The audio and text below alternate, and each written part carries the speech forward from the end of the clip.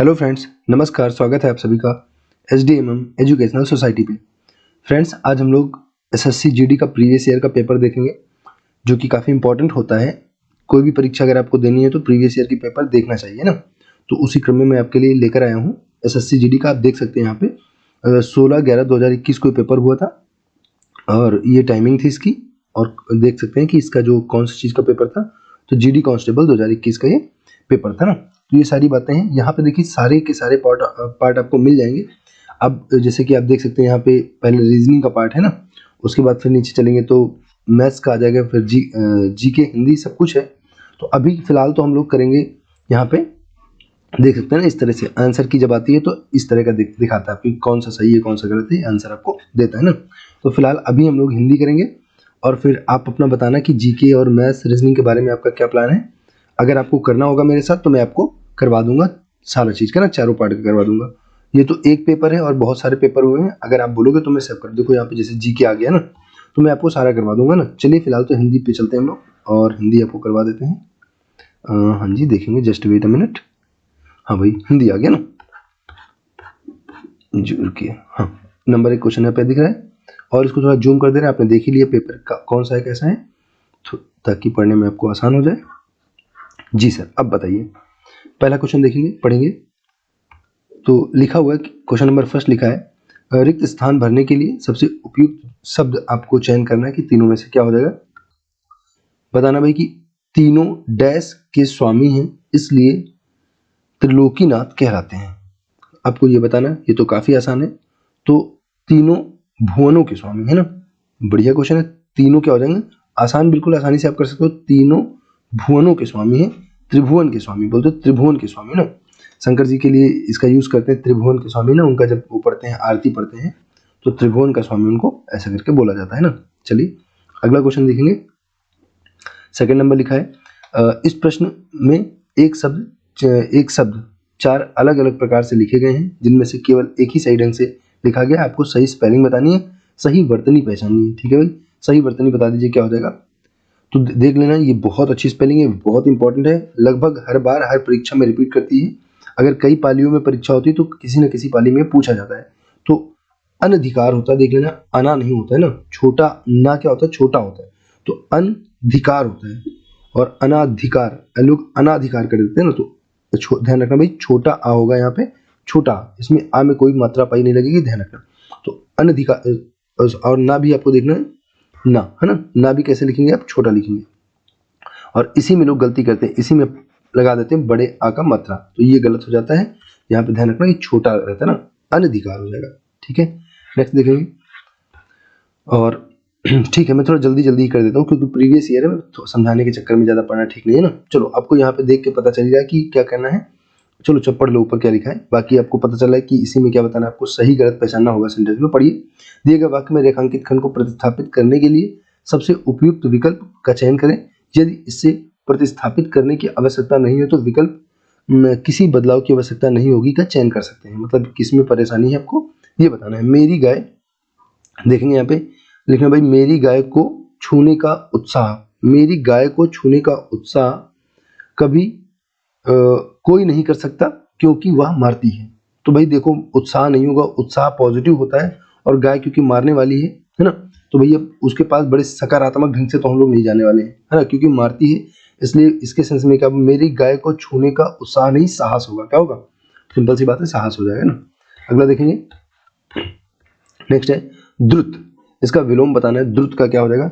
द्रुत, आप कई बार आप सुनते हो ना, द्रुत गति बोलते हैं कि द्रुत गति। तो द्रुत गति का क्या मतलब होता है, द्रुत का मतलब होता है तेज, है ना। तो फ्रेंड्स, यहाँ पे द्रुत का आपसे पूछा था, दिए गए शब्दों में विलोम बताना है। द्रुत का विलोम क्या होगा, तो द्रुत का मतलब होता है तेज होता है। द्रुत गति आप सुनते हो ना, द्रुत गति, तो इसका मंथर हो जाएगा। मंथर का मतलब हो जाता है स्लो होता है, धीमा होता है ना।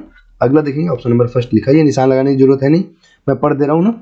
निशान लगाने की कोई काम है नहीं क्योंकि आपके सामने निशान जो ग्रीन कलर से लगा सही वाला। अगला लिखा है, पिताजी मेरे लिए कुछ कपड़े ले आए। तो पिताजी मेरे लिए कुछ कपड़े ले आए, इसमें क्या करना भाई, देख लो, वही वाला है कि कौन सा वाला आपको हटाना है। तो किसी बदलाव की आवश्यकता नहीं है यहाँ पे कहा जा रहा है, क्योंकि मेरे को होगा नहीं, मुझे होगा नहीं, मेरे के लिए बिल्कुल नहीं होगा, तो किसी बदलाव इसको पढ़ेंगे, पिताजी मेरे लिए कुछ कपड़े ले आए, it's very good, there is no problem in any part of the sentence ना। अगला देखेंगे, दिए गए शब्द के समानार्थी शब्द का चयन करना है। कमल को आपको बताना है क्या इसका पर्यायवाची क्या होता है। इसका जो सिनोनिम होता है वो होता है अरविंद होता है, और कमल का और बहुत सारे आप जानते ही होंगे। तो कमल का पंकज होता है, अरविंद होता है, नीरज होता है ना, अंबुज होता है, अंबुज। तो देख लेना कमल का भाई पर्यायवाची है ऑप्शन नंबर सी। देख लेना अरविंद हो जाएगा ना। मुझे मजा आती है, रेखांकित शब्द की त्रुटि आपको बतानी है, मजा आती है। तो यहाँ पे बताना है कि भाई मुझे किस प्रकार की त्रुटि है, लिंग के कारण त्रुटि है, वचन के कारण है ना। मजा लिया जाता है मतलब मजा आता है, आती नहीं, मजा आती। एक्चुअली देखो हम लोग पढ़ते हैं आती है ना, मजा आती है, लेकिन मजा आता है। देख लेना भाई ये अच्छा है ना, बहुत अच्छा ये वाला। क्योंकि अगर बात करें हम इधर पूर्वांचल साइड की, तो आप मजा आती ही शायद मुझे लगता है पढ़ते हैं, लेकिन जो भी हो चलो देख लीजिए। मजा क्या होता है, पुलिंग होता है, देख लेना इसको ना। मजा हमेशा पुलिंग होता है तो कोई समस्या नहीं है। मजा आता है, मुझे मजा आता है, बहुत अच्छा ये वाला, वेरी गुड, मस्त क्वेश्चन ना। देखेंगे अगला देखेंगे, तो यहाँ पे लिंग वाली समस्या हो जाएगी, लिंग वाले आप समझ पा रहे हैं। नेक्स्ट है हाँ जी, अब इसमें क्या बताना है, इसमें भी बताना है आपको स्पेलिंग करेक्शन करना है। क्योंकि देखो एक बार क्वेश्चन जल्दी से देख लिया करो, उसकी मतलब क्वेश्चन का मतलब जो ऑप्शन दिए हैं मैं उनकी बात कर रहा हूँ। ऑप्शन एक बार जल्दी से देख लिया कीजिए, इससे क्या होगा ना कि आपको हो सकता है कई बार क्वेश्चन ना पढ़ना पड़े। जैसे आप इसको देखोगे तो आपको समझ आ जाएगा कि भाई यहाँ पे स्पेलिंग की ही बात चल रही है ना। अब देख लेना स्पेलिंग गलत पहचाननी है कि सही पहचाननी है ना, कई बार ऐसा भी होता है। तो थोड़ा सा यहाँ पे लिखा सही वर्तनी वाले शब्द का चयन करना, सही वर्तनी है, सही वर्तनी आपको बतानी है। तो भाई सही वर्तनी क्या हो जाएगी, मातृहीन हो जाएगा, मातृहीन हो जाएगा, ऑप्शन नंबर 2 हो जाएगा। नेक्स्ट देखेंगे 9 नंबर क्वेश्चन है, रिक्त स्थान भरना है। मेरी डैश है कि मुझे 4 दिन की छुट्टी दी जाए। मेरी प्रार्थना है, याचना है, पूजा है, आराधना है। तो सिंपल सी बात है भाई, पूजा आराधना आप नहीं करते हो, क्या करते हो, प्रार्थना ही करते हो। आसान क्वेश्चन है। नेक्स्ट है, वह बात जो जनसाधारण में चली आ रही है, बहुत आसान है, उसे क्या बोलते हैं, किंवदंती बोलते हैं। स्पेलिंग ही आपको एक तरह से देखना है यहाँ पे, क्योंकि नहीं ठीक है, यहाँ पे वर्ड आपको पहचानना है ना। किंवदंती बोलेंगे, किंवदंती, तो सिंपल सी बात है, बहुत आसान है भी है ना। कूप मंडूक तो आप जानते हो, जिसका नॉलेज एकदम सीमित होता है, जिसका ज्ञान एकदम सीमित होता है, जिसको बोलते हैं कुएं का मेढक ना। कूप मंडूक होता है जैसे कुएं का मेढक होता है, उसी तरह इसको बोलते हैं जिसका ज्ञान सीमित होता है, जिसकी समझ सीमित होती है ना। किंग कर्तव्य को पूछता है, किंग कर्तव्य मतलब जो कर्तव्य का पालन करने वाला हो, और किंग कर्तव्य विमुख हो जाएगा जो कर्तव्य का पालन ना करता हो ना। ओके भाई, तो किंवदंती होती है जो जनसाधारण में चली आ रही प्रचलित कोई बात हो, उसे किंवदंती बोलते हैं, कोई कहानी बोलते हैं। जैसे हम लोग आमतौर पर पढ़ते हैं, हनुमान की पूंछ में लगन न पाई आग, सारी लंका जल गई, गए निशाचर भाग। अब ये किंवदंती है, ऐसा कुछ मतलब है नहीं कि आग लग नहीं पाई और जल गई, बिना आग लगे कैसे जलेगी ना। लंका की बात कर रहे हैं भाई, क्या जल गई लंका, हाँ समझ लेना है ना, नहीं तो आप लोग कुछ ज़्यादा ही दिमाग लगा देते हो। तो चलेंगे, दिए गए शब्द के समानार्थी शब्द का चयन करना है। यमुना का आपको बताना है समानार्थी क्या होगा। ठीक है भाई, यहाँ पे बताना है यमुना का समानार्थी क्या होगा, पर्यायवाची आपको बताया, समानार्थी बताया। तो अर्कजा हो जाएगा, यमुना का हो जाएगा अर्कजा। और उसको क्या बोलते हैं, सूर्य तनया बोला जाता है ना। सूर्य तनया भी ध्यान रखना, सूर्य तनया ना, तनया मतलब पुत्री के सेंस में बोलते हैं, तने का मतलब पुत्र होता है, और जब आ लग जाता है तो वहां पे स्त्रीलिंग बन जाता है, समझ जाना। जब किसी शब्द के लास्ट में आ लगता है तो क्या लगता है, जैसे कृष्ण और कृष्णा, कृष्णा राधा को बोलते हैं, कृष्णा किसको बोलते हैं, राधा को। उसी तरह तनय होता है पुत्र, और तनया होता है जैसे पंडित होता है, पंडित मतलब पुलिंग होता है, पंडिता मतलब होती है स्त्री, पंडिताइन भी होती है, पंडिता भी होती है। तो ध्यान रखना जब लास्ट में आ लगता है तो उसी शब्द का स्त्रीलिंग बन जाता है, समझ लेना, ये क्वेश्चन भी पूछा जाता है। तो सूर्य तनया हो जाएगा, रवि तनया, सूर्य तनया, अर्कजा है ना। कालिंदी होता है, यमुना का कालिंदी होता है, और यहाँ पे अर्कजा लिखा, देख लेना भाई, अर्कजा, अर्क सूर्य को बोलते हैं, और जल लग गया मतलब है ना, उसी की पुत्री की बात करें, उसके द्वारा जन्म लिया है, तो अर्कजा यमुना का पर्यायवाची होता है। चलें अगला क्वेश्चन। नेक्स्ट लिखा है सामान्य नियम के विरुद्ध बात को क्या कहा जाता है, आपको एक वाक्य में बताना है, तो इसको बोलते हैं अपवाद बोलते हैं, जो सामान्य नियम के विरुद्ध हो ना। अगला देखेंगे, आंख लगना मुहावरे का मतलब क्या होता है, झपकी आना। आप इसको कई बार बोलते भी हो कि आंख लग गई थी, अभी बस जस्ट आंख लग गई थी थोड़ी सी ना, तो आंख लगना मतलब होता है झपकी आना। और नेक्स्ट देखेंगे, जस्ट इसको थोड़ा छोटा करेंगे, हाँ जी अगला देखते हैं। ठीक है भाई, नेक्स्ट देखेंगे 14 number question, wait minute, 14 number question देखेंगे। यहाँ पे लिखा निम्नलिखित प्रश्न में दिए गए 4 विकल्पों में से उस आपको क्या बताना भाई, कथा के बैगन, इसका आपको बताना है कि कथा के, चलो इसको पूरा पढ़ लो, मुहावरे का अर्थ बताना। कथा के बैगन का क्या मतलब होता है, बहुत इंटरेस्टिंग है। कथा के बैगन कितना इंटरेस्टिंग है, वाओ। कथा के बैगन का मतलब होता है केवल दूसरों के लिए उपदेश, है ना। कथा के बैगन बहुत अच्छा है, वेरी गुड, है ना। असंभव वस्तु, कृपण व्यक्ति, मनगढ़ंत बातें, बहुत अच्छा है ना। One of the most interesting question था इस प्रैक्टिस सेट का। तो क्या होता है, केवल दूसरों के लिए उपदेश देना, कथा के बैगन होता है, बहुत अच्छा। इसीलिए कहते हैं प्रीवियस ईयर बहुत जरूरी होता है ना। और आप बताना मुझे कि रीजनिंग और जीके और बाकी जो भी इसके 3 पार्ट बचे हैं, जीके, रीजनिंग और मैथ्स, अगर उन सबका सोल्यूशन चाहिए तो आप बता देना। हाँ, जीके का तो कम से कम मैं डाल ही दूंगा अगर आपको इंटरेस्ट होगा तो। लिखा 15 नंबर, गुण दोष का समरूप मूल्यांकन करने वाले के लिए एक शब्द लिखिए, है ना। तो इसको समीक्षक बोलते हैं, आप जान जाओगे इसको देख के, कोई समस्या नहीं। ज्योतिषी तो आप जानते हो, जो ज्योतिष विज्ञान में निपुण होगा उसे ज्योतिषी बोलेंगे, है ना। शास्त्राज्ञ क्या होता है, जो शास्त्र मतलब शास्त्र वगैरह के बारे में जानता हो, उसका कुछ ज्ञान रखता हो। और जिज्ञासु होता है जो जानने की इच्छा रखता हो, क्यूरियोसिटी रखता हो, उसे बोलते हैं। समीक्षक हो जाएगा ना। अगला लिखा आपके दर्शन, मैं आपका दर्शन करने आया हूँ। तो यहाँ पे आपको बताना कि किस पार्ट में गलती है। तो आपका नहीं, आपके हो जाएगा, क्योंकि दर्शन क्या होता है, प्लूरल होता है, बहुवचन होता है। क्या होता है, प्लूरल होता है ना, प्लूरल होता है। प्लूरल का मतलब बहुवचन ना।